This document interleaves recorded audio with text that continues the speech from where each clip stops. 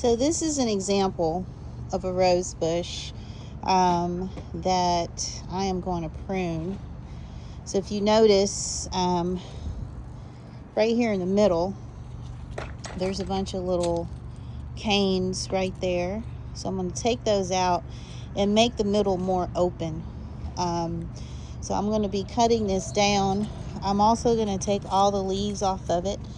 It's going to be a pretty drastic transition once I finish, but it's going to be really good in the spring. So a lot of this stuff is going to have some great new growth, and this is a perfect time to trim your roses.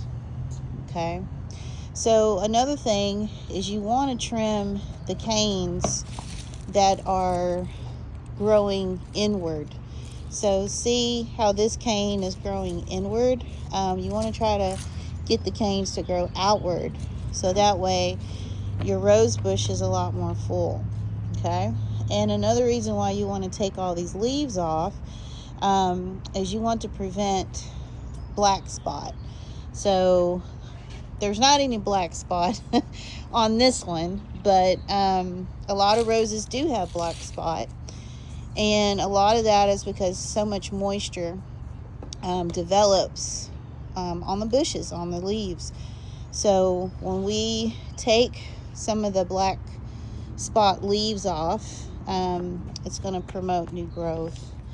And when you cut, you want to cut at a 45-degree angle. So for instance, you want to use shears. I don't have my shears. I'll have these scissors, but normally I use shears, but scissors are okay if you don't have shears. And you just want to cut it at a 45-degree angle. Whereas you can see it has a slope there. Okay? And then you just discard these. At the bottom, once you finish cutting on the canes, you want to discard any clippings that you cut and take all of the debris from the base. Okay, and then I'll show you what it looks like when I get done with this one, so you have an idea of what a finished pruned rose bush will look like.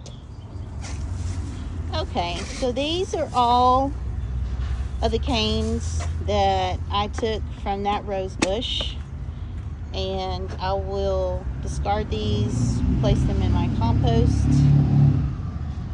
And some of these I may replant, like some of these canes. These were some of the canes that were growing inward. They are still good, but because they were growing inward in the rose bush, I took them out. And let me show you what the finished rose bush looks like once I've pruned it. So this is what the rose bush looks like after I've pruned it, and I have taken all the leaves off of it. So if you'll notice in the center, it is open. It's not clogged or congested. So I'm training this rose bush to grow outward and full, and also upward. And it looks pretty, harsh, but when spring comes, it will be absolutely beautiful. It will be full. It'll be shaped really nice, and the roses will be very vibrant. So this time of year, the fall, is the best time to start pruning your roses. If you haven't, you'll be happy for the results that you'll see in the springtime. Happy gardening.